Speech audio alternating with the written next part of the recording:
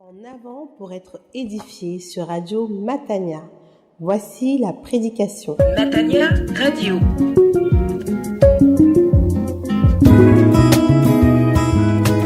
Chers auditeurs de Radio Matania, une prédication est annoncée et va commencer d'un moment à l'autre. Une prédication du pasteur Claude Messildibazi, pasteur responsable de l'église protestante évangélique Matania à Corbeil-Essonnes en France.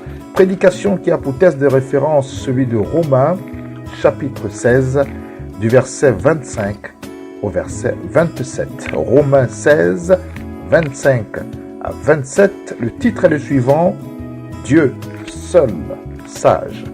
Dieu seul sage. L'Éternel est celui qui a le pouvoir de nous tenir debout. Il est le seul capable d'affermir les croyants dans leur foi. Et Christ est au centre ou au cœur de notre foi. Cet évangile a été tenu secret pendant des siècles et ce mystère est aujourd'hui révélé. Nous avons la grâce d'avoir ce mystère aujourd'hui révélé. Dans cette prédication, vous aurez plein de choses, la définition de l'évangile, en quoi consiste l'évangile, et même la définition du mystère caché depuis des siècles. Bref, c'est une prédication que je vous recommande vivement. Que le Seigneur vous bénisse abondamment.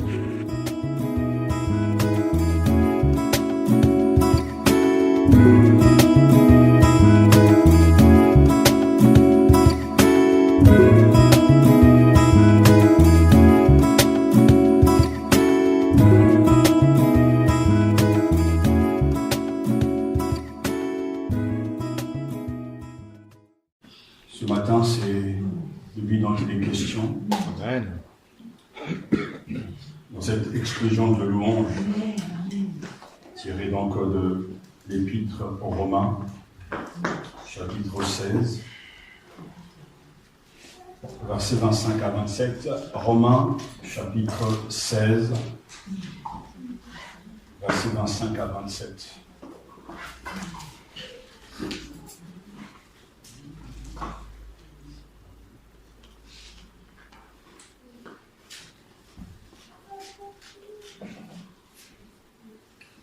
Romains chapitre 16, versets 25 à 27.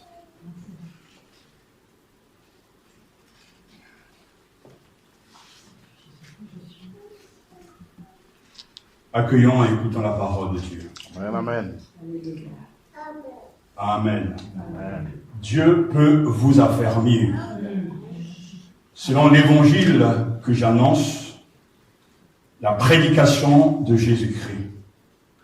Conformément à la révélation du mystère qui a été tenu secret pendant des siècles, ce mystère a maintenant été manifesté et porté à la connaissance de toutes les nations par les écrits des prophètes d'après l'ordre du Dieu éternel, afin qu'elles obéissent à la foi.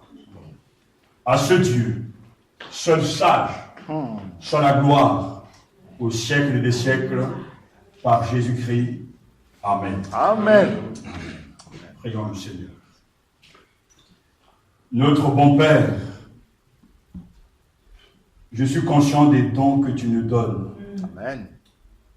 Comme le don de la prédication, le don d'annoncer le mystère caché pendant des siècles dans ton cœur, mais qui maintenant a été manifesté en Jésus-Christ.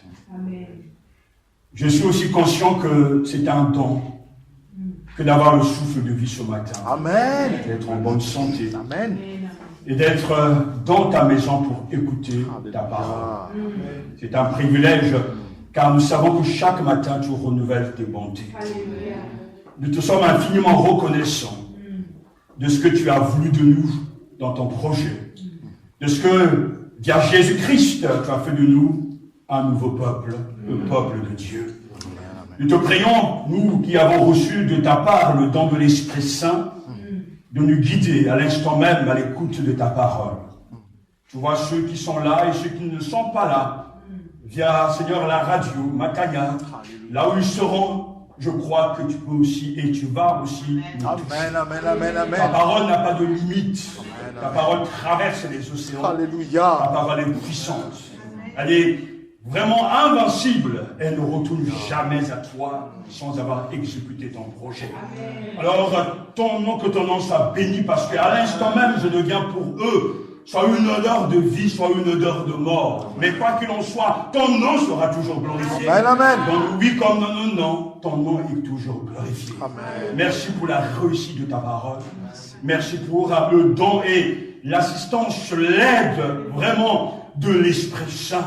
Afin de réaliser nous aussi, en ayant écouté cette parole, oh combien, et dire avec Paul, combien notre Dieu est sage.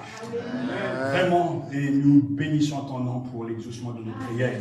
Non pas à cause de nos mérites, mais à cause de Jésus ton Fils. Amen. Amen. Amen. Amen. Merci de nous assurer. Les 3 derniers versets de l'Épître aux Romains sont extraordinaires. Je les compare à une boîte remplie d'un concentré de douceur à déguster. En Noël, on m'a offert une boîte de chocolat où il y avait plusieurs sortes de chocolat.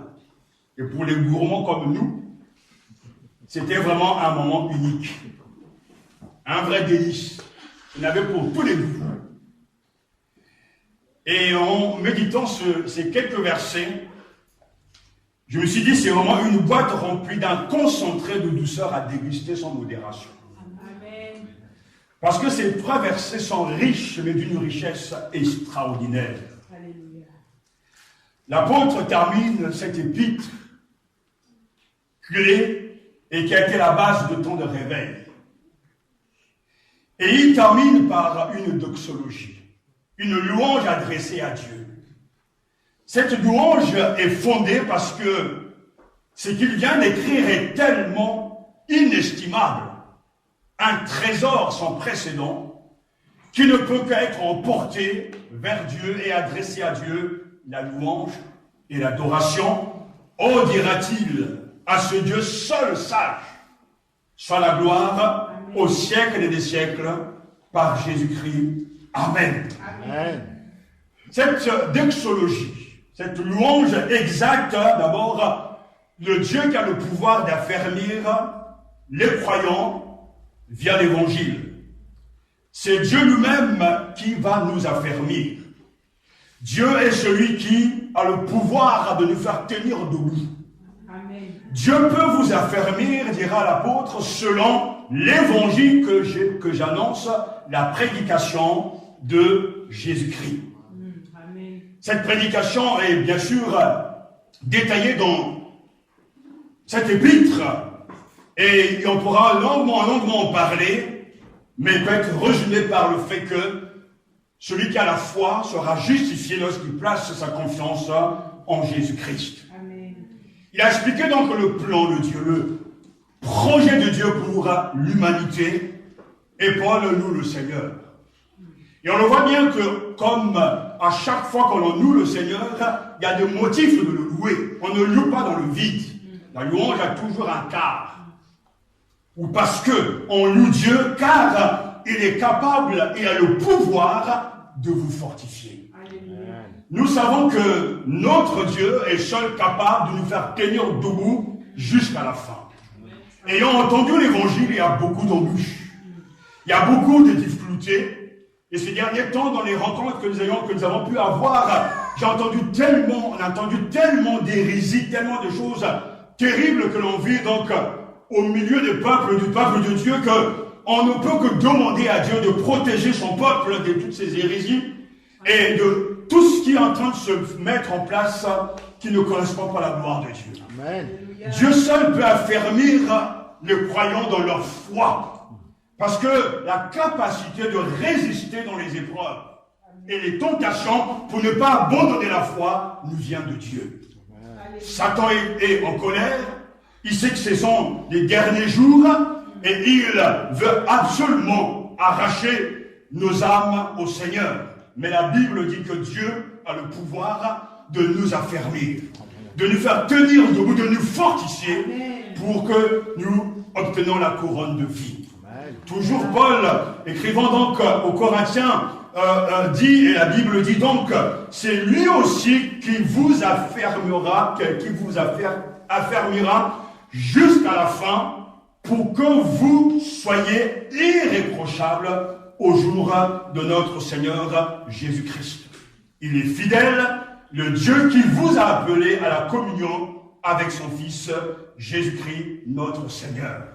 1 Corinthiens chapitre 1, versets 8 à 9, et Philippiens chapitre 1, verset 6 nous dit « Telle est ma conviction, celui qui a commencé en vous une œuvre excellente en poursuivra l'achèvement jusqu'au jour de Jésus-Christ. » Nous louons Dieu. Alléluia. Il a le pouvoir de nous fortifier dans la foi selon la prédication de Jésus-Christ.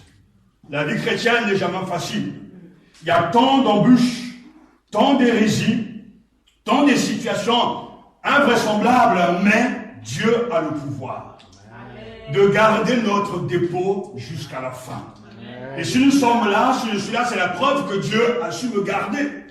Des épreuves, des tentations, et je pourrais encore étaler là la manifestation de la protection divine, mais que son nom soit béni. Dieu a le pouvoir de vous fortifier.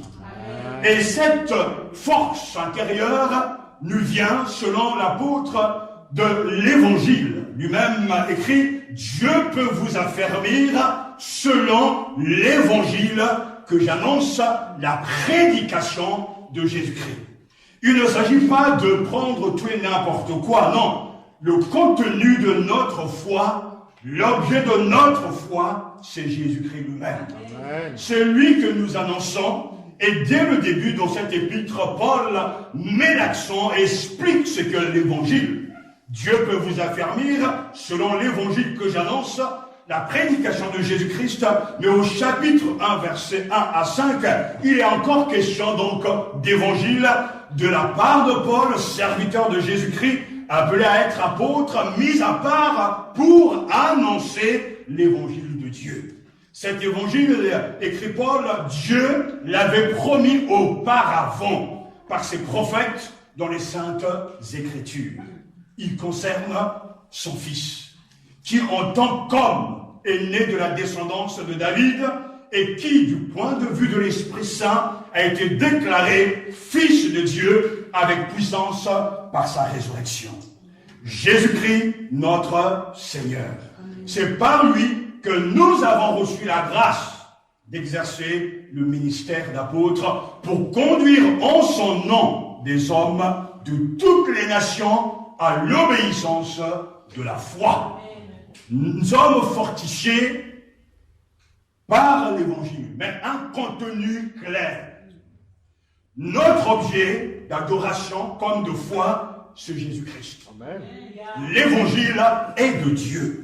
Paul a reçu par révélation. L'évangile a pour objet Jésus-Christ. Il est l'évangile. Il est le cœur de l'évangile. L'évangile a été promis dans l'Ancien Testament et maintenant révélé. Et le but, c'est que les Juifs et les païens obéissent à la foi. Paul dira les conduire à l'obéissance de la foi. L'apôtre peut louer le Seigneur, car oui, c'est vrai, Dieu peut vous affermir. Non pas avec quelques paroles volées ça et là, non pas avec des paroles venant des hommes, non. La puissance intérieure, la force intérieure du croyant, en tout cas, prend racine dans la prédication. C'est lorsque l'évangile est prêché, en entendant le conseil de Dieu, le croyant, en tout cas, s'affermit dans la foi, avance, reconnaît ses péchés, confesse ses péchés, saisit les promesses de Dieu et rend gloire au Seigneur pour l'œuvre accomplie par Jésus-Christ sur la croix. L'évangile est notre point d'appui. Si nous voulons être forts dans la foi, et si nous ne voulons pas manger les mets de ce monde, les paroles et boire les paroles des gens de ce monde, il nous faut écouter la parole de Dieu. Cet évangile que Dieu avait promis auparavant par ses prophètes, dans les saintes écritures, il concerne qui? non pas un pape, non pas une religion, mais il concerne son Fils. Ainsi, en écoutant et en réécoutant, en tout cas l'œuvre du Christ, notre foi se fortifie. Je rends grâce à Dieu parce que même dans un désert spirituel, Dieu s'est donné des bonnes paroles pour fortifier notre foi, pour nous encourager toujours et avancer toujours, car c'est conforme à son dessein. Et là, vraiment, nous sommes surpris et étonnés parce que Paul dira conformément à la révélation du mystère qui a été tenu secret pendant des siècles, ce mystère a maintenant été manifesté et porté à la connaissance de toutes les nations par les écrits des prophètes d'après l'ordre du Dieu éternel. Amen. Dieu fortifie le croyant Amen. via la parole de Dieu. Le Christ est au cœur de notre foi. Amen, Celui amen, qui amen. nous fortifie, Amen. alléluia, et qui nous donne, en tout cas, la capacité d'avancer toujours. Amen. Mais cet évangile qui est à la base de notre foi, notre nourriture, a été voilé durant des siècles. Dieu a tenu secret cet évangile. Plusieurs textes dans le Nouveau Testament font état justement de ce lent et incroyable silence avant la révélation salvatrice. Il est bon d'entendre, de prendre connaissance du contenu justement de ces textes. Et on comprendra pourquoi il y a cette doxologie, cette louange qui monte à Dieu de la part de Paul, mais aussi de tous les croyants. Parce que vraiment nous sommes là dans le mystère et la révélation de la sagesse de Dieu. Alléluia. C'est d'elle que dira Paul que je suis devenu serviteur. J'ai été chargé par Dieu de vous annoncer pleinement la parole de Dieu. Le mystère caché de tout temps et à toutes les générations, mais dévoilé maintenant à ses saints, à qui Dieu a voulu faire connaître quelle est la glorieuse richesse de ce mystère parmi les païens, c'est-à-dire Christ en vous, l'espérance de la gloire. C'est lui que nous annonçons en avertissant tout homme et en instruisant tout homme en toute sagesse, Alléluia. afin de rendre tout homme parfait en Christ. C'est à cela que je travaille en combattant avec sa force qui agit puissamment en moi. Colossiens chapitre 1, versets 25 à 29. Oh, quel texte magnifique! Et 2 Timothée chapitre 1, versets 9 à 10, nous dit également, nous parle de ce long silence. Il nous a sauvés et nous a adressé un saint appel. Et il ne l'a pas fait à cause de nos œuvres, mais à cause de son propre plan et de sa grâce, qui nous a été accordée en Jésus-Christ de toute éternité, et qui a maintenant été révélée par la venue de notre Sauveur Jésus-Christ. C'est lui qui a réduit la mort à l'impuissance et a mis en lumière la vie et l'immortalité par l'Évangile. Deux autres textes sont importants et nous devons les entendre. Tite, chapitre 1, versets 2 à 3. Afin qu'ils aient l'espérance de la vie éternelle, le Dieu qui ne ment pas l'avait promise avant tous les temps. Et au moment voulu, il a révélé sa parole par la prédication qui m'a été confiée sur ordre de Dieu, notre Sauveur. Et 1 Pierre, chapitre 1, verset 20, prédestiné avant la création du monde, il a été révélé dans les derniers temps à cause de vous. Alors, gloire à Dieu. Béni soit Dieu pour sa sagesse. Parce que nous venons de parcourir tant de siècles de silence. Dieu a parlé aux prophètes, Jérémie, Ésaïe. Ils ont vu la venue et annoncé la venue du Messie, mais sans vivre la puissance de l'évangile. Ils ont vu donc les types, ils ont vu donc la manifestation, mais sans vivre pleinement la réalisation, l'accomplissement de ce dessein caché dans le cœur de Dieu, car le temps de Dieu n'était pas encore arrivé. Mais Paul a été choisi par le Seigneur pour annoncer avec les autres apôtres ce mystère caché durant les siècles.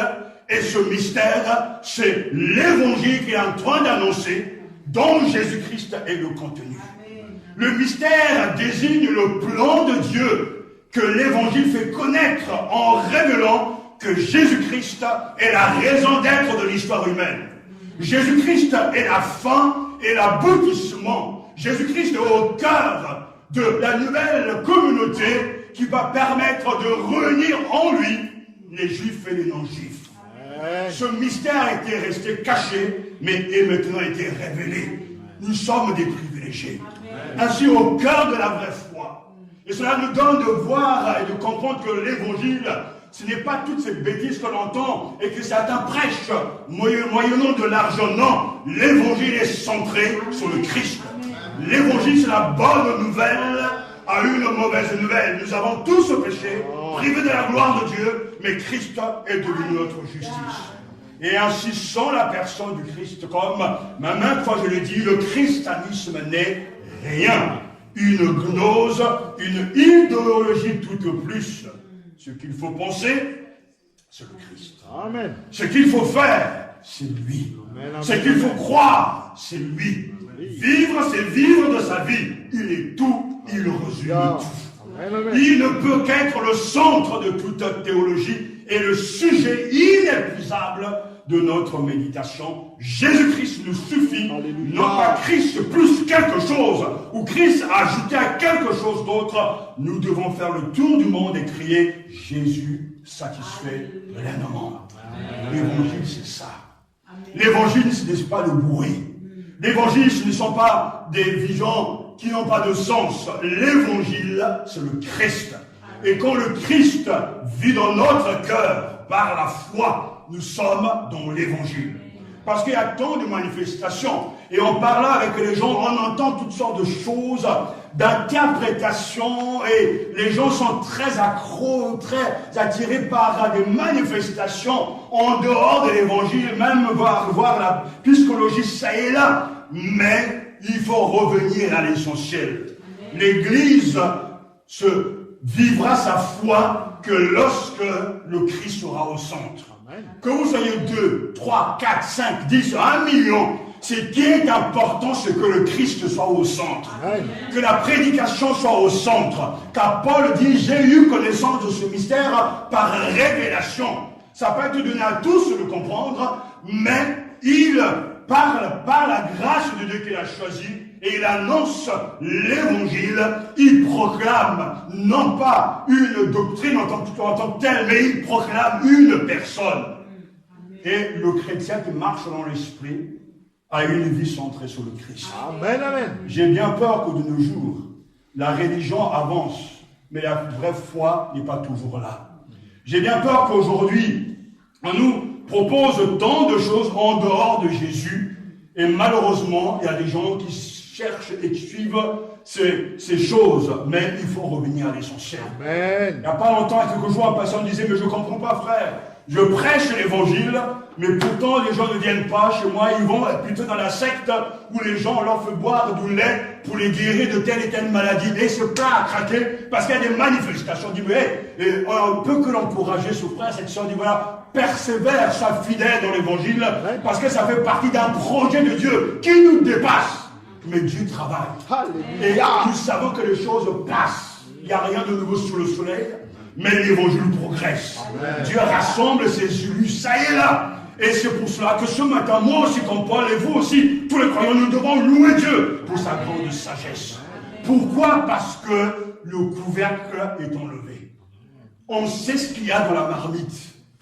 De notre foi, le plan caché depuis des siècles a été mis en pleine lumière par les livres de prophètes.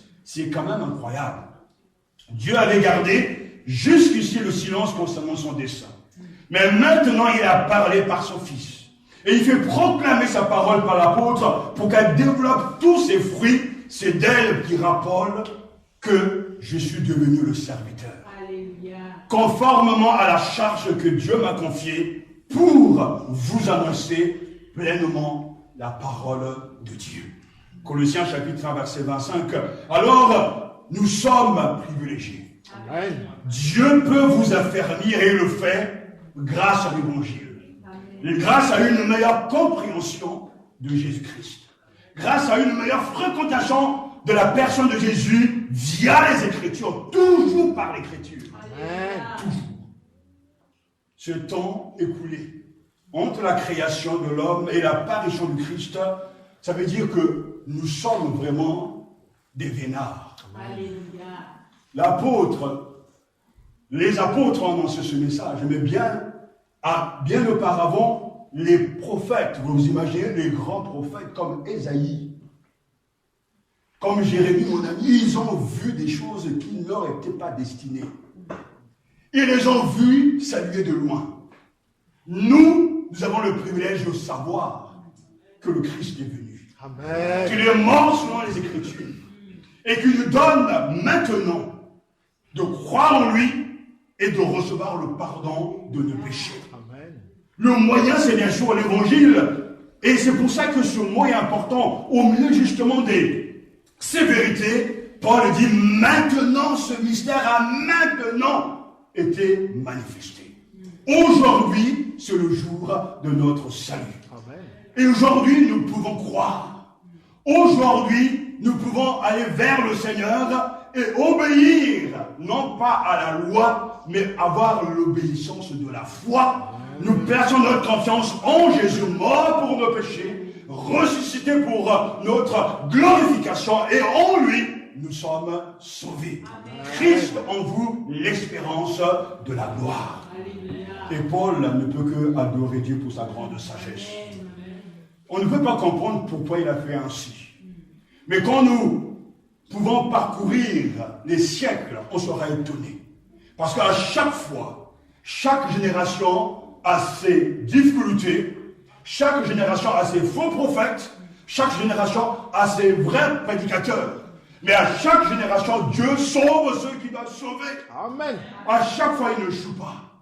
La génération au temps de Moïse, pensant que eux, ils allaient réussir, et ils sont sortis de l'Égypte après tant d'années de souffrance. Même nous savons qu'ils sont tous morts dans le désert. Mais Dieu, qu'est-ce qu'il a fait? Il a pleuré, il se croisait les doigts. Non, dans son plan, dans cette sagesse incroyable qu'il a, il a suscité un libérateur. Une autre génération, un nouveau roi va venir et il va manifester sa gloire. Jusqu'à Joseph et sa poursuite, etc., jusqu'à la venue de Jésus-Christ, le Seigneur a parcouru le siècle, lui qui est d'éternité en éternité, en restant fidèle à son plan. Et ce plan est une révélation sans faille, une révélation incroyable, réunie en Christ, les Juifs et les païens. Amen, amen, amen.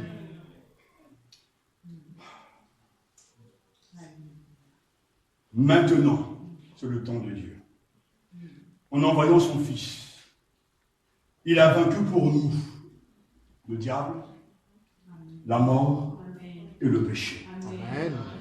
Maintenant a été manifesté et porté à la connaissance de toutes les nations par les écrits des prophètes d'après l'ordre du Dieu éternel, afin qu'elles obéissent à la foi. Et là, on le reconnaît tout de suite que Dieu fortifie via justement la parole de Dieu.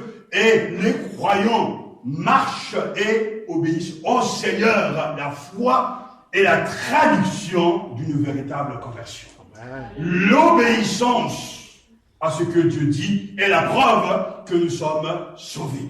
Dieu a déjà fait sa part. C'est par révélation, nous dira Paul, que le mystère a été porté à ma connaissance. Alors le mot mystère ici, il ne faut pas le comprendre dans le sens de quelque chose de mystique. Pour les initiés, c'est en fait ce mot apocalypse, c'est-à-dire qu'on trouve même avec Apocalypse, c'est quelque chose qui jadis était caché, mais maintenant qui est dévoilé. Amen, amen. C'est comme tout à l'heure je disais, on ouvre la marmite pour regarder ce qu'il y a dedans. Ce mystère a été tenu secret dans le cœur de Dieu durant des siècles, mais Dieu dans son plan et dans son projet a trouvé Paul et a fait de lui l'apôtre des païens. Et il dira lui-même, c'est par grâce que je suis devenu apôtre. C'est par la révélation, écrira-t-il dans Éphésiens chapitre 3, versets 3 à 6, c'est par la révélation que le mystère a été porté à ma connaissance. Et cette affirmation est capitale. Comment est-ce qu'un devient-on chrétien? C'est quand Dieu donne sa révélation. Amen. Ça fait des années que je sers Dieu. Et je sais qu'il y a beaucoup d'appelés, mais il y a peu d'élus. Et la situation vient du fait qu'on entend tous l'évangile. On écoute les messages. Mais tant que la lumière de Dieu ne brille pas dans notre cœur, on ne peut pas changer. Pour être converti, pour quitter les hérésies, pour ne pas suivre les faux prophètes, pour ne pas être accro à ce que le monde propose parce que Satan bosse très bien, il faut la lumière de l'Esprit Saint. Amen. C'est-à-dire cette illumination qui n'est pas une expérience mystique, c'est qu'à un moment donné, Dieu dans sa grâce a fini par la puissance de son esprit éclaire notre intelligence. Et nous sommes saisis par la parole. La parole nous habite et la parole nous change. Amen. Dans la parabole du semeur, je dis bien, mais il parle de ce terrain. Ils ont entendu la parole, mais la parole ne prend pas racine en eux. Et je crois que notre génération ressemble à ce stade-là, à ce terrain-là. On entend beaucoup de prédicateurs. On a des moyens extraordinaires aujourd'hui avec les applications sur les smartphones, les portables, tout ce qui existe, tout est mis vraiment à la portée de tous. Les gens écoutent, mais il n'y a pas ce déclic qui viendra du Saint-Esprit pour que la parole s'enracine. Alors, les gens viennent au culte, ils entendent une prédication, ils sortent, ils oublient totalement pour passer à autre chose, et dimanche après dimanche, mois après mois, année après année, il n'y a rien qui change.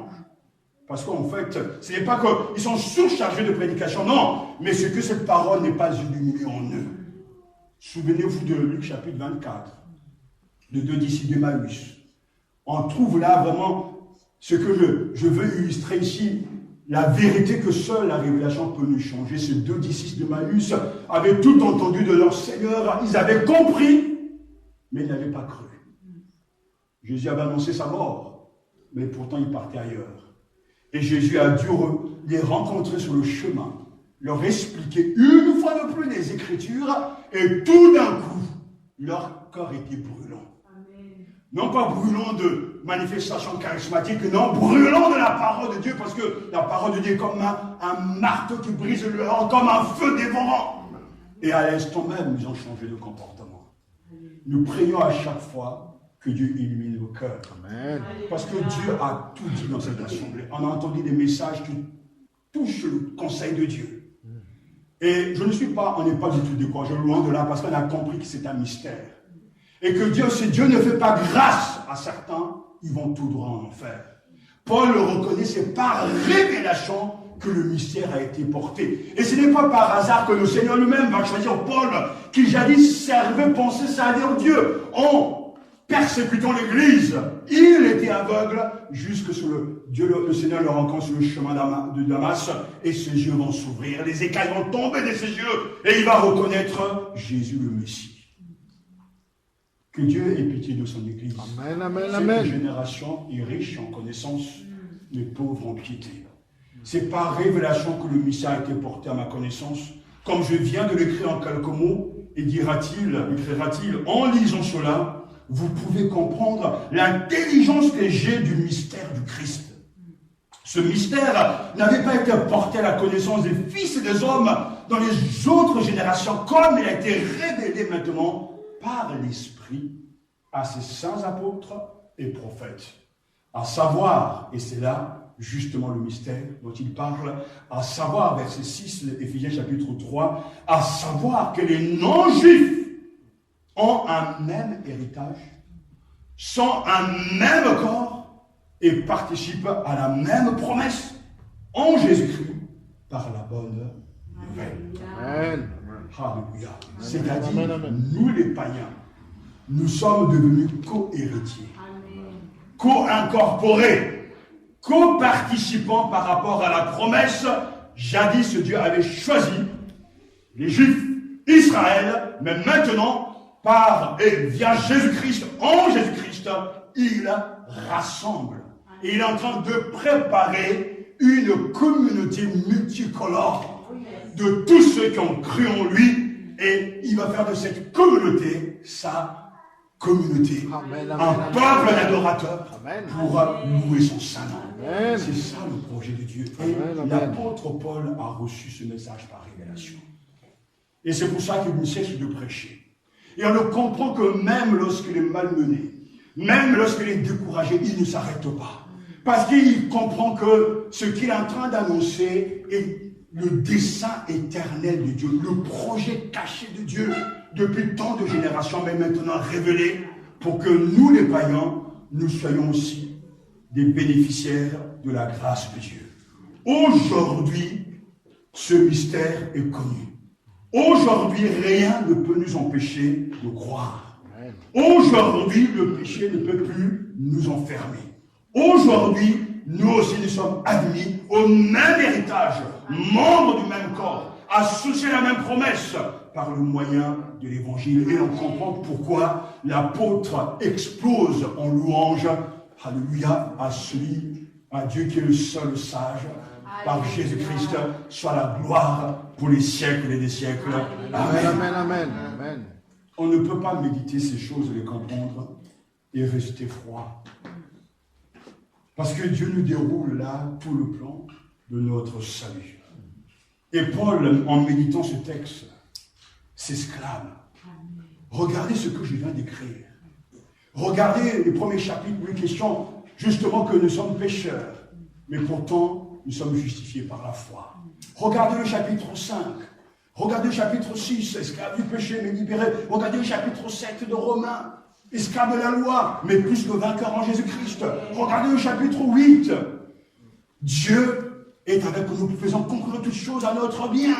Regardez le sort d'Israël.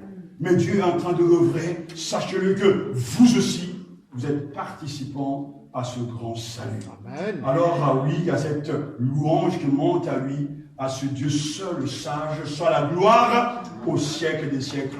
Par Jésus-Christ. Amen. Amen, amen. Notre Dieu est sage. Amen. À lui soit la gloire éternellement. Et ce dernier verset, cette doxologie, cette gloire est fondée. Parce que Paul affirme ici des vérités incroyables. Dieu, dans sa sagesse, a fortifié la foi des Romains par l'évangile.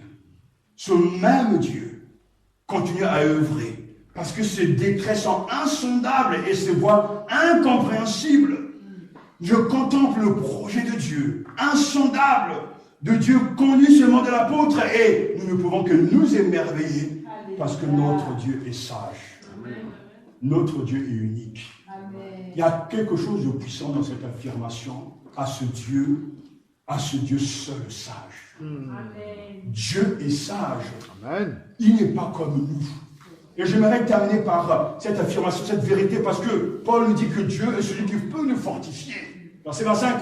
Mais il ajoute que notre Dieu est sage.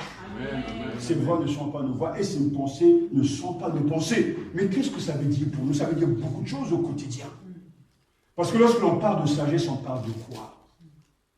Parce que la vraie sagesse consiste en cette capacité de prévoir, de décider, de mettre en place un projet, de comprendre les moyens d'atteindre ce projet et de se battre pour que le projet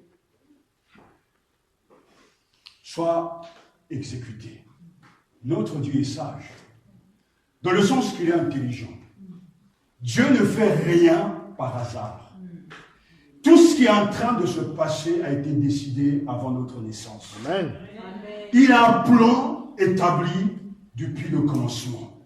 C'est pour cela que même le péché d'Adam et Ève ne l'ont pas surpris parce qu'il est omniscient.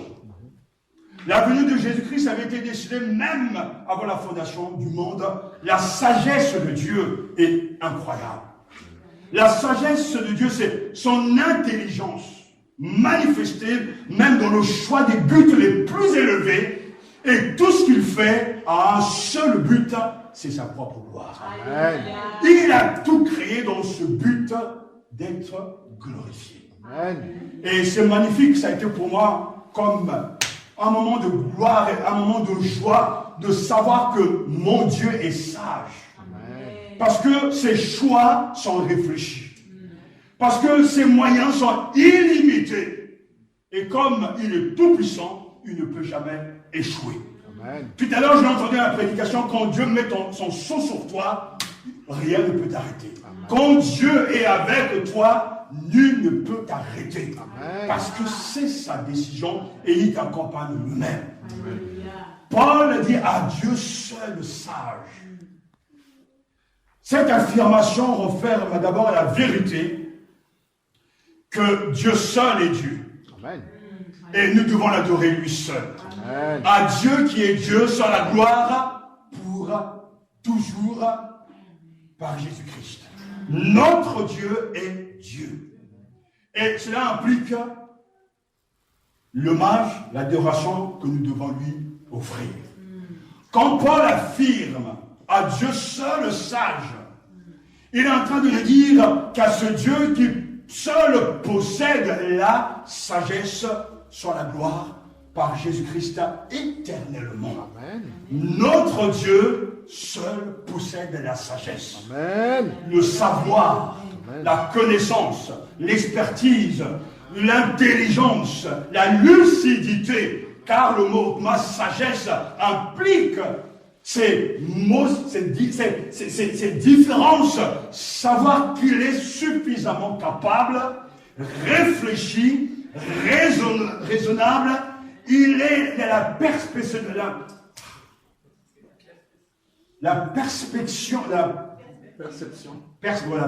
voilà.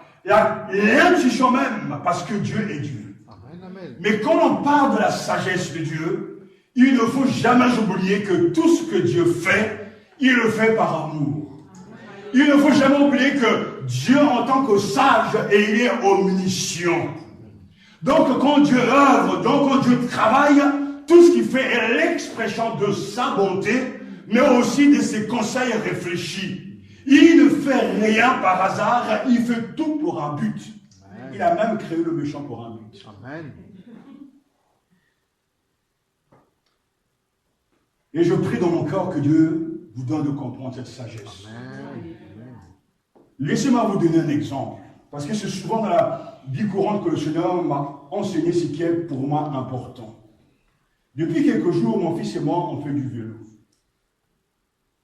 Au début, ce n'était vrai. On avait commencé avec son vélo et moi, je courais derrière lui. Il m'avait harcelé, je veux faire du vélo. Il avait commencé à avoir d'abord un vélo à 4 roues parce qu'il manquait d'équilibre. Et par la suite, comme il a été donc expérimenté, on lui a donc acheté un vélo à 2 roues. Alors, je l'ai amené avec moi là où je fais un peu du sport. Un endroit que je connais par cœur. Un parc très grand. Je connais tous les coins, le recoin de ce parc. Je sais où se trouvent les côtes. Je sais là où il ne faut pas passer parce qu'il y a beaucoup de bestioles. Je sais là où se trouvent les étangs. Et je l'ai amené là-bas et il a commencé donc à faire ce qu'il devait faire. Content d'être sur son vélo. Mais il ne sait pas que moi je sais. Que moi j'ai prévu dans ma tête un plan et que je suis en train de l'observer pour voir comment il va se débrouiller. Voir son équilibre, voir justement sa capacité de gérer les difficultés. Et au début donc je cours à côté de lui et je fais en sorte qu'il n'aille pas là où il ne faut pas aller. On a commencé par des petites distances et puis après, voyant qu'il avait pris l'équilibre de l'assurance, j'ai sorti carrément mon propre vélo. Et là, on a commencé à prendre des côtes. Et j'ai commencé à le voir par rapport aux difficultés, parce que les difficultés, les épreuves, c'est souvent les passants, les joggeurs, tout ça, tous ceux qui promènent leurs chiens. Et dès qu'il y a un chien, donc un obstacle, automatiquement, on réagit. Souvent, c'est la panique générale.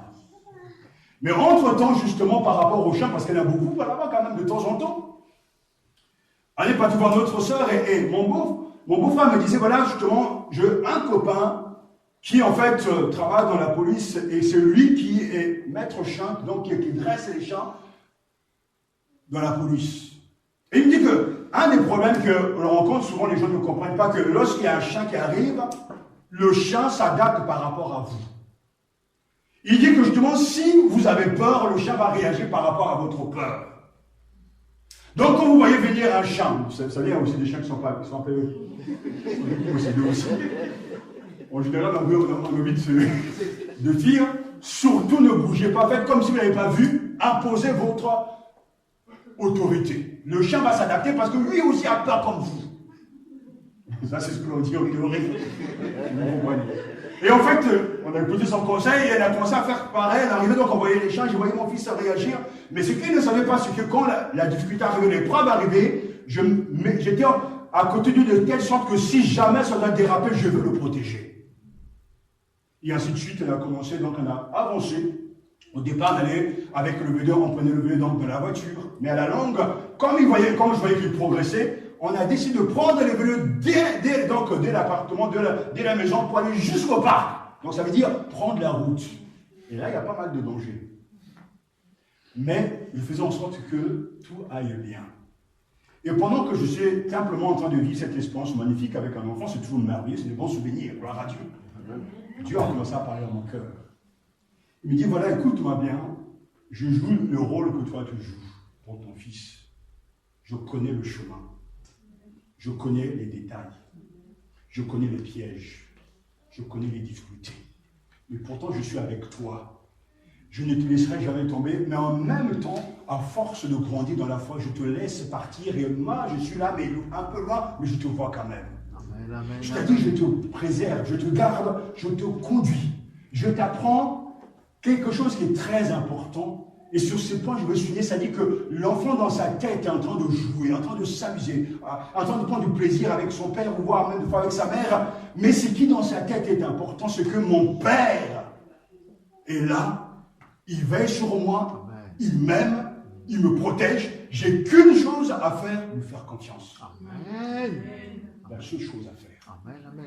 Et le Seigneur a commencé à me parler, il dit voilà, c'est tout ce que je te demande parce que des pièges, il y en a plein sur ta route. Des difficultés ne manqueront jamais, mais fais-moi confiance. J'ai un plan. Et ce plan a commencé même avant ta naissance. Amen, amen, amen. Je te connaissais. Et j'ai voulu de toi. Ainsi, quand Dieu rencontre une âme, et cette âme croit en lui, et cette âme entre dans sa bergerie, ce n'est jamais le fruit du hasard. Amen. Le Seigneur va prendre en charge cette âme pour perfectionner sa foi. Au début, il va commencer à lui faire montrer des petites choses, mais au fur et à mesure de l'assurance, de la fortification, de la grandeur de notre foi, il va augmenter les épreuves jusqu'à arriver à l'épreuve capitale. Genèse chapitre 22, quand le Seigneur demande à Abraham de lui offrir son fils unique. Alléluia. Et le Seigneur dira, je sais maintenant que tu crains Dieu. Amen. Tu n'as pas épargné ton fils unique. Parce que ça, c'est l'épreuve capitale. Pour moi, l'épreuve capitale, c'est le fait que quand tu es dans la volonté de Dieu et que les choses ne vont pas dans le sens que tu le désires, c'est humain de te poser des questions. Mais Dieu ne nous demande pas de tout comprendre. Il nous demande de lui faire confiance. Amen, amen, amen. Et l'une des épreuves les plus difficiles que le Seigneur nous fait passer, ce n'est pas l'épreuve toujours des gens, mais c'est l'épreuve pour moi du silence de Dieu. Amen.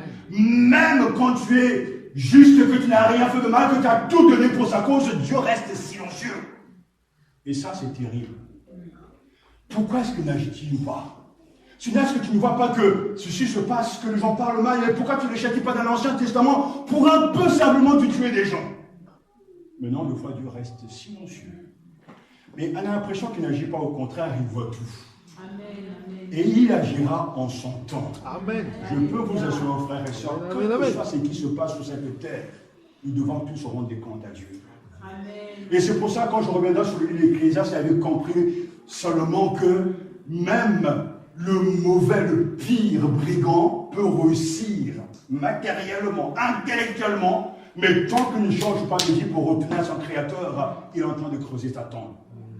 Il y a des gens qu'on n'attrape jamais, Et ils pensent que c'est tout bon. Mais le Seigneur voit toutes les choses.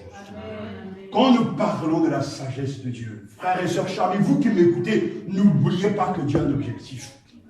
Et il ne prend pas le temps de nous faire entrer dans son conseil pour tout nous expliquer. Mais nous devons lui apprendre à nous faire confiance. Et ces méthodes de travail ne sont pas les méthodes que nous aimons.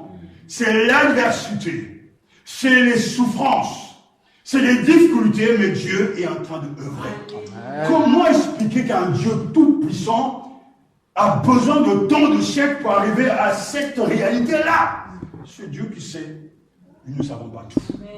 C'est pour ça que si Dieu vous permet ce matin, vous permet de comprendre ce que je suis en train de dire, ça veut dire que vous entrez dans quelque chose qui nous dépasse. Nous ne comprenons que les choses qui sont à notre portée, mais notre Dieu est sage. Et il passe de la théorie à la pratique. Amen, amen, amen. La sagesse de Dieu et son intelligence. Et elle se manifeste dans l'adaptation de ses moyens à ses desseins.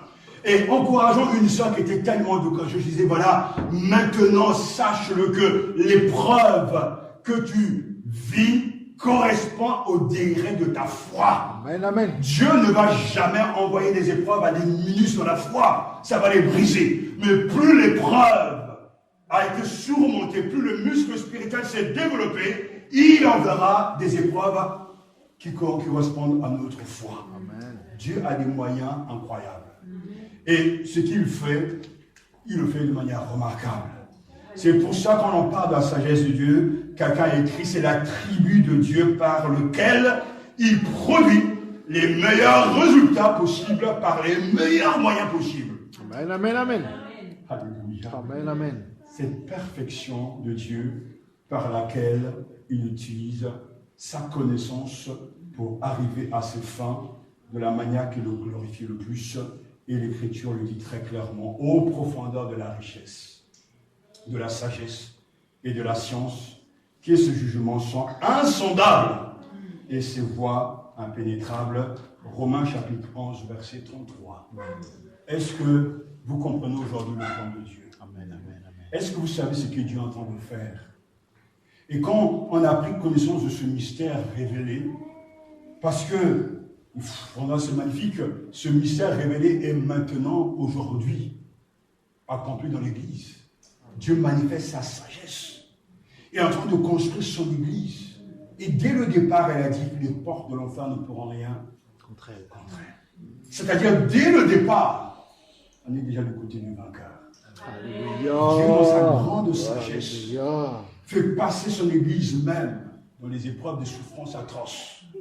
Les chrétiens sont rejetés, assassinés. Mais pourtant, il y a toujours un reste. Dieu, dans sa sagesse, n'épargne pas son peuple choisi des difficultés. Mais dans l'épreuve, même quand tu traverses la vallée de l'ombre de la mort, je suis avec toi. Il sait ce qui nous attend. Il n'a jamais été surpris par la trahison de Judas. Il n'a jamais été surpris par même ce que David a fait en mal. Il n'a jamais été surpris parce que tous les pharaons ont pu faire, les rois, le peuple, les philosophes contre l'Église. Il est souverain, il sait tout d'avance. Amen, amen. Mais son plan est en train de s'accomplir. Et j'ai bien peur qu'aujourd'hui, nos églises, au lieu d'être amis de Dieu, on est devenus ses ennemis. Parce que lorsqu'on ne comprend pas ce que Dieu est en train de faire, automatiquement, on va commencer à s'en prendre à lui.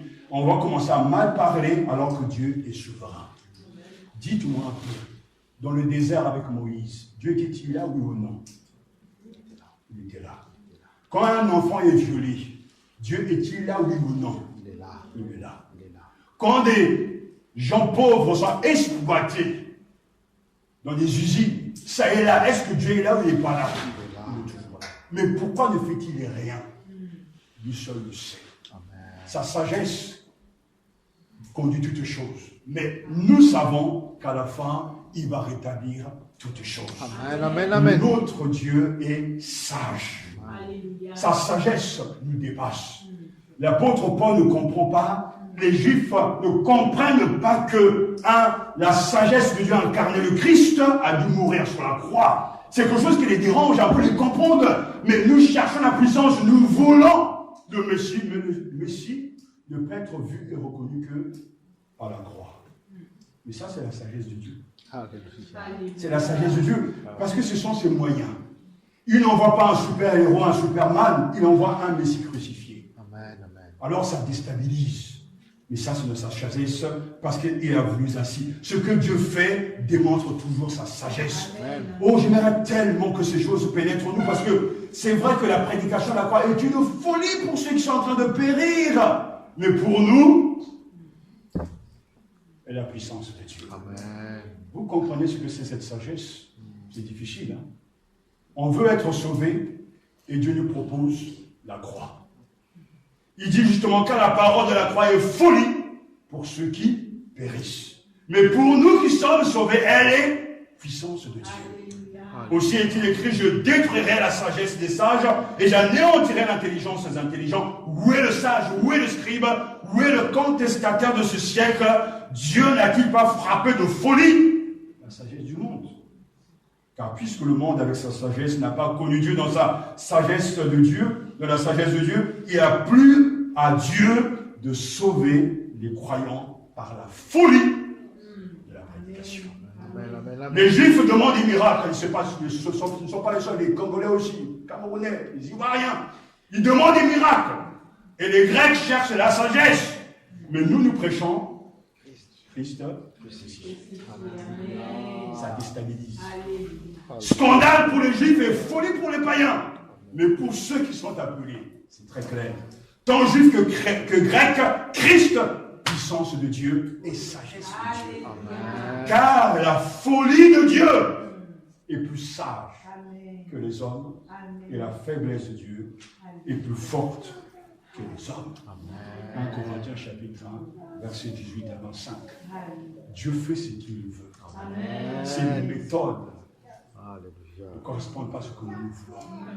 On voit des gens venir dans les églises, ils sont malades, on veut qu'ils soient guéris. Mais ce n'est pas à nous de décider. On est dans des situations invraisemblables, où des fois l'église piétine. Mais pourtant, ce n'est pas nous de décider. Les méthodes et les moyens que nous souhaitons, ce ne sont pas les moyens de Dieu. Dieu peut rester là, regarder, nous voulons qu'il bouge. Nous commandons au Seigneur de faire ce qu'il ne veut pas faire maintenant. Nous refusons la souffrance voulue par lui et qui fait partie de son dessein parce que nous pensons être plus forts et plus intelligents que Dieu. Dieu seul est sage. Amen. Il fait toutes choses en son temps. Tout ce que nous voyons est l'œuvre de Dieu. Alléluia. Sa sagesse est visible dans la création. Ce matin, quand je me réveillais, je voyais justement la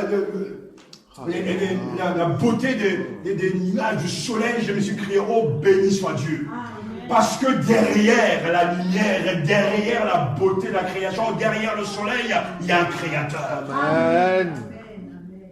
Il sait pourquoi on a besoin de la pluie. Il sait pourquoi on a besoin justement de la sécheresse.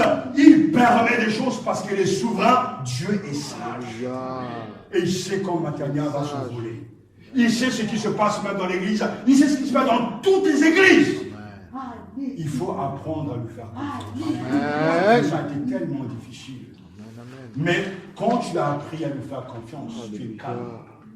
Les gens bougent, les choses bougent, les circonstances changent. Mais celui qui fait confiance à Dieu reste calme. Amen. Parce qu'on ne peut pas renverser Dieu ni son prochain. On ne peut pas l'arrêter. Notre Dieu est l'unique sage. Amen. Et tout ce qu'il fait, il le fait via Jésus-Christ pour la gloire de son nom. Alors, dans le silence, il se glorifie. Amen. Dans sa manifestation, il se glorifie. Amen. Sa providence gère toutes choses parce que Dieu contrôle nos activités. En tant que créateur souverain, il porte le gouvernement du monde, le roi du cosmos. L'univers porte la marque du gouvernement souverain de Dieu sur lui. Pourquoi a-t-il créé le ciel? Oh, il faudra regarder ça. Sa sagesse est visible dans la création. Il faudra lire le psaume, justement, 104. Il est merveilleux parce que le psalmiste bénit l'Éternel. Mon âme, Éternel, mon Dieu, tu es infiniment grand. Tu es revêtu de splendeur et de magnificence. Et il va évoquer la création pour reconnaître que la gloire de l'Éternel dure éternellement, que l'Éternel se réjouisse de ses œuvres. Il regarde la terre, il commande la terre, il commande les océans, il commande les montagnes. tout appartient à Dieu. Quand tu regardes une fleur, ne vois pas simplement sa beauté, mais vois le Créateur, le grand jardinier, le Seigneur lui-même. Ainsi, la création nous ramène et nous donne de voir le Créateur. Ça, c'est sa sagesse. Ainsi, quand tu te regardes toi-même, que tu vois que tu as des dons, des capacités, tu es en bonne santé, rends grâce à Dieu. Parce que ce sont des dons. Tu ne mérites pas que ces choses plus que les autres. Tu peux être intelligent, mais ce n'est pas toi. On t'a donné cette intelligence. Rends grâce au Seigneur. Tu ne sais pas, à toi, ça ne t'appartient pas. Alors, on veut te prendre pour un grand, sois humble. Parce que tu t'es mis en grâce. Tu as la capacité de prêcher, mais ça ne va pas de toi, c'est Dieu qui te donne. Sois reconnaissant, parce que tout vient de Dieu. Tout lui appartient. Nous sommes au bénéfice de sa grande sagesse. À certains, il donne une bonne santé, d'autres naissent déjà dans des difficultés. Mais pourtant, c'est toujours lui qui est sage. On ne comprend pas de fois Dieu. Il nous échappe. Mais on peut lui faire confiance. Oui, franchement, on peut lui faire confiance dans sa providence et orchestre les événements. Et les plans de l'Éternel subsistent éternellement. Et les projets de son cœur de génération en génération. Psaume 33, verset 11. Les plans de l'Éternel ne seront jamais renversés. Frères et sœurs, telle est la sagesse de Dieu. Dans la rédemption, de sa manière de sauver, celui qui décide. Des fois même, il faut écouter une énième fois l'évangile pour comprendre. Dieu, dans sa sagesse, fait toutes choses. Pourquoi le réveil tarde-t-il en France, alors que l'on prie depuis des années? Dieu seul sait, il est sage. Il connaît son temps. Et quand l'heure viendra, nous tous, nous verrons sa gloire. Nous saurons qu'il était là. Peut-être qu'on ne verra pas ce réveil durant notre séjour sur la terre, mais à la fin, n'oubliez jamais, parce qu'il y a la ligne d'arrivée. Et à chaque fois que je vais courir, je pense toujours à la ligne d'arrivée. Quand tu arrives à la fin, tu regardes le parcours, tu regardes le chemin.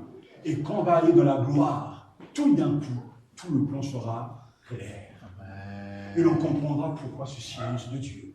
L'on comprendra pourquoi ces agissements. On comprendra pourquoi justement ces persécutions. Parce que Dieu a tout orchestré. Alléluia. Nous avons qu'une pièce du puzzle. Mais Dieu nous demande d'être à fond avec cette pièce-là. Être à fond dans l'église, être à fond dans la louange, être à fond dans la prédication. La dernière fois que quelqu'un me dit pas ça, mais vous-même quand il n'y a pas beaucoup de monde, vous êtes toujours à fond. Mais je sers Dieu, pas les gens. Et quand tu as été délivré des gens, tu es à fond en tout. Amen. Je ne diminue pas la préparation du message par rapport aux gens parce que c'est les vacances. Au ciel, il n'y a pas cette question de vacances. Il est question de salut éternel. Je donne le maximum parce que j'ai l'opportunité de le faire. Amen. Et quand Dieu me rappellera, lui, il me tiendra devant son tribunal du Seigneur. On n'était que deux peut-être ce matin-là, mais tu as vu comment est-ce que je fais? Parce que par la force que tu m'as donnée. Il me dira, mon fils, je t'ai vu, je t'ai entendu et j'ai aimé. Amen. Frères et sœurs, ne regardez pas autour de vous. Apprenez à vivre par rapport à Dieu. Amen.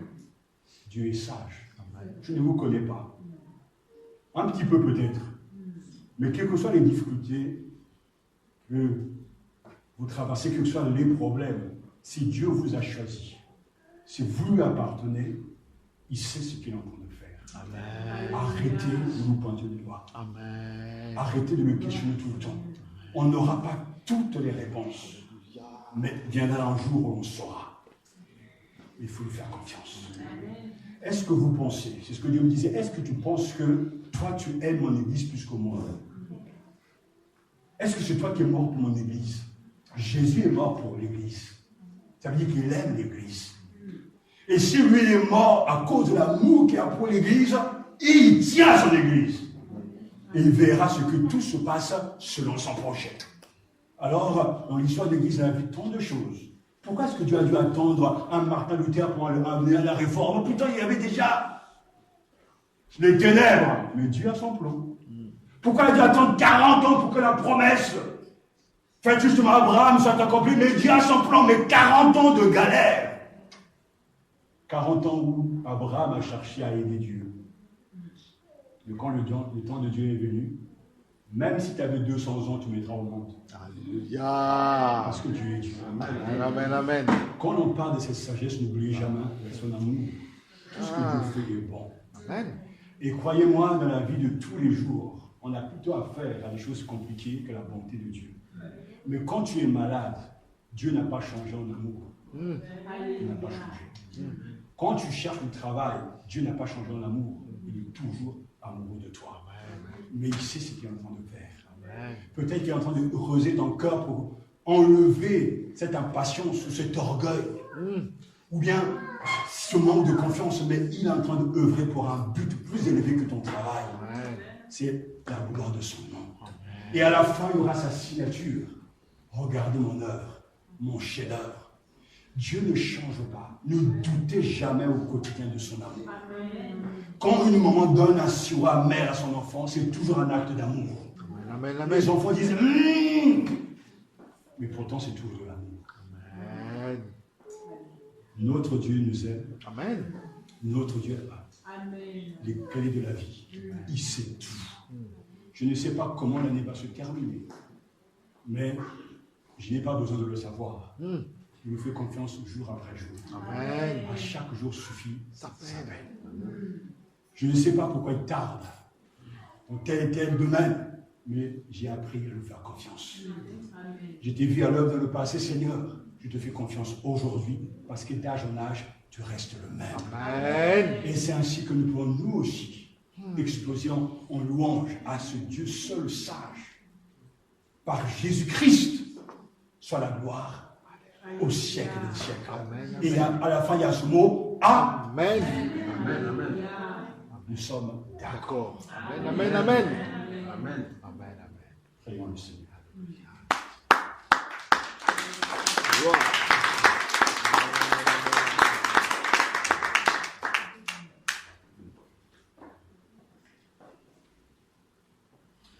Notre Dieu, notre Père,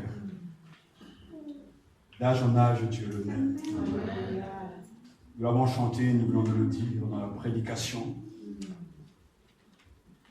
De toute éternité te reste ce Dieu d'amour. Tantôt un Dieu proche, mais tantôt aussi un Dieu caché. Un Dieu lointain, mais un Dieu présent. Nous te remercions pour la vie que tu nous as donnée.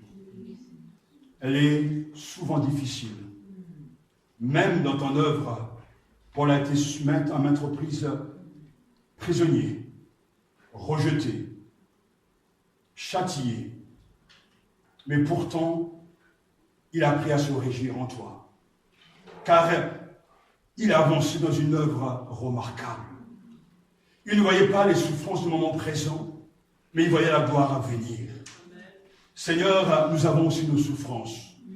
Nous avons aussi nos problèmes. Nous avons aussi nos interrogations. Mais tu nous as enseigné à te faire confiance. Et à ne jamais douter de ton amour. Tout ce que tu fais est bon en son temps. Et nous voulons te faire confiance. Nous voulons renouveler notre confiance en toi. Pour cette œuvre. Pour les difficultés au quotidien. Nous te prions, Seigneur, que cette parole est vraiment une belle course dans les cœurs. Amen. Comme tu nous enseignes de manière pratique, que nous soyons aussi des pratiquants de ta parole. Car tu connais les souffrances des uns et des autres, des situations dans les nations, tu les connais, mais tu restes le maître souverain. Ne permets pas que, au sein des difficultés, nous donnons gloire à Satan. Non, car il n'est pas plus fort que toi. C'est toi qui es sur le trône et qui dirige toutes choses. Nous te prions, Père, que tu nous donnes un peu de ta sagesse. Donne-nous de comprendre ce que tu es en train de faire. Donne-nous de comprendre tes silences. Donne-nous de comprendre même, Seigneur, ton absence. Et apprendre à muscler notre foi en ne doutant jamais d'un instant que tes actes sont des actes de bonté. Amen. Père Saint, je te rends grâce car tu es bon pour moi. Amen. Je te rends grâce pour ma famille. Je te rends grâce pour l'église Matania. Je te rends grâce pour ton œuvre dans le monde entier. Car quelle que soit la génération, tu œuvres toujours. Quelle que soit la génération et l'obscurité, tu gagnes toujours des âmes. Tu gardes toujours un reste pour toi et pour ta gloire. Nous te rendons toute la gloire parce que ce mystère a été maintenant révélé. Le Christ est venu pour nous. Le Christ nous sauve. Maintenant, nous sommes participants de la promesse divine. Un jour, nous serons un seul peuple, multicolore, un seul statut, un seul esprit pour adorer un seul Dieu. Via Jésus-Christ, notre Seigneur, alors à toi la gloire pour ta sagesse dans la création, de la providence, de la préservation de la création. À toi la gloire pour ta sagesse, de la manière que tu sauves via la croix. Ô profondeur de la sagesse, que tes voies sont vraiment insondables. Nous nous courbons et nous nous prosternons, car tes voies ne sont pas nos voies et tes pensées ne sont pas nos pensées, mais nous sommes à toi et tu es à nous. Seigneur, nous t'aimons. Gloire et louange à toi pour ton œuvre, ton activité et ta très grande sagesse. Ton ingéniosité nous dépasse. Tout ce que tu fais est parfait, ciblé, clair, précis. Parce que tu es grand. Amen. À toi le savoir pour toujours. Amen. Amen.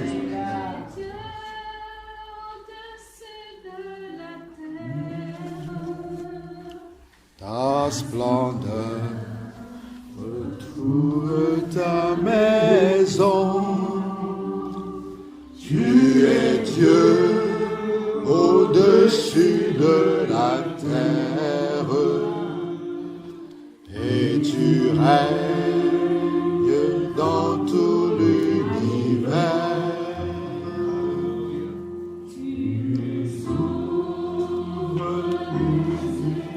Plus des cieux, tu prends sur nous ton vin nouveau.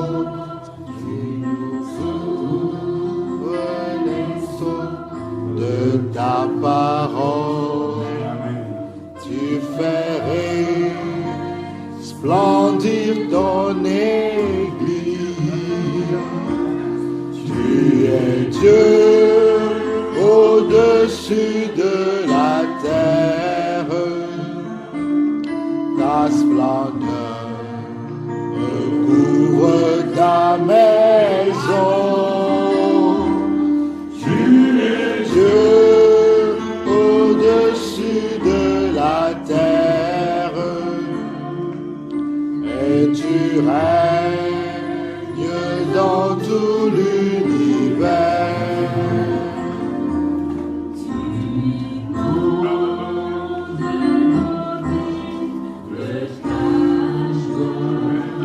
Amen. Ta gloire, nous t'offrons un parfum d'adoration. Nous nous prosternons devant toi. Tu es Dieu au-dessus de la terre. La splendeur recouvre ta maison. Tu es Dieu au-dessus de la terre, et tu règnes dans tout l'univers.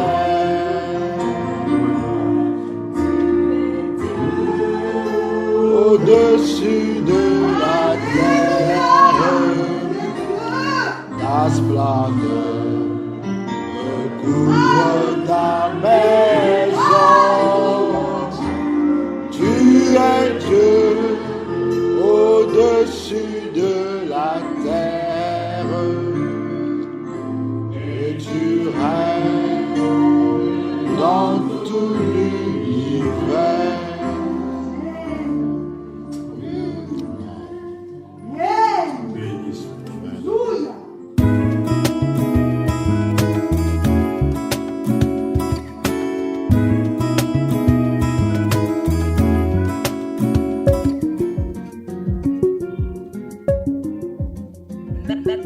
That